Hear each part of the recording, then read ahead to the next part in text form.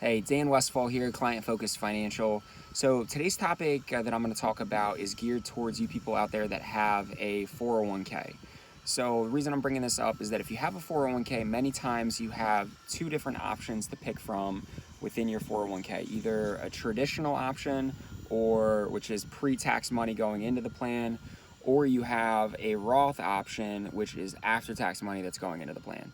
So, and it's a big difference on which one you end up picking, because ultimately it can mean tens of hundreds of thousands of dollars depending on how much you're putting away in there.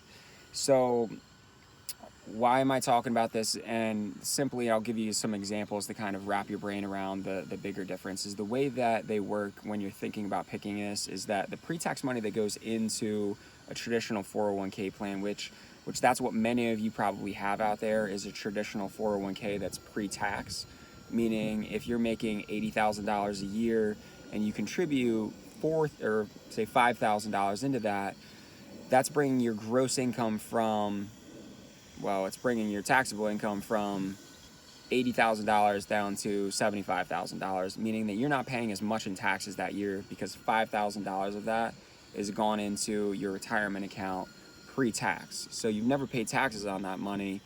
As that money grows throughout the years, at the end, when you go to take that money out, that's when you pay the tax on that. So, and what you may not be considering is all the growth that you'll have on that money over time. So if you say have $50,000 and you're putting $5,000 away a year for another 20 years at an 8% rate of return, you're going to end up right around $500,000.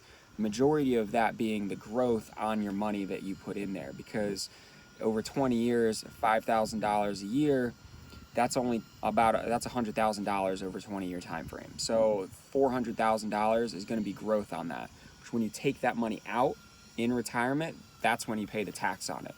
So, and whatever tax rates may be at that point, no one really fully knows right now what they would be 20 years down the road. So the other end of things, if you have a Roth 401k, which if you have that option of putting after-tax money in there, in that same example where you're starting at $50,000 and you're putting $5,000 a year in there, same rate of return at 8%, down the road, that $500,000, when you take that money out, all tax-free. So the reason being is that you pay the taxes on that money in the beginning when you put the money in there, and you didn't get that little $5,000 deduction in that year that you contributed that money. So it's kind of like taking a little bit, it's like taking one step backward right now to be able to take 5 steps forward later.